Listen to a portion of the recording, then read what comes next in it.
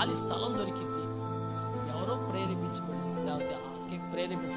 అయ్యా మా ఊళ్ళో కంకూరులో ఒక చిన్న ప్లాస్ అయ్యా, అది దేవుడికి సమర్పిస్తానయ్యా, ప్రతి ఆధారం అక్కడ కూడా ప్రార్థన పెట్టి అంటే వీళ్ళు ఏం చేస్తారు తెలుసా?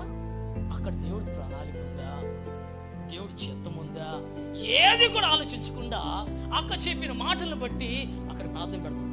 ప్రార్థన చేయండి అమ్మా, అందరు సంఘం అంతా ప్రార్థన చేయండి. ఎందుకో ఈ మాటలమ్మా తప్పు చేయించి నాకంటే మాట్లాడవచ్చు. దేవుడికి స్తోత్రం, హల్లెలూయా. ఎందుకని ఈ మాటలు చెప్తున్నానంటే దేవుడి ప్రణాళికలు నెరవేర్చాలమ్మా. మనుషుల ఆలోచన ప్రకారం నడిపించబడ్డానికి కాదు నువ్వు విలువ పెట్టి కొనబడింది.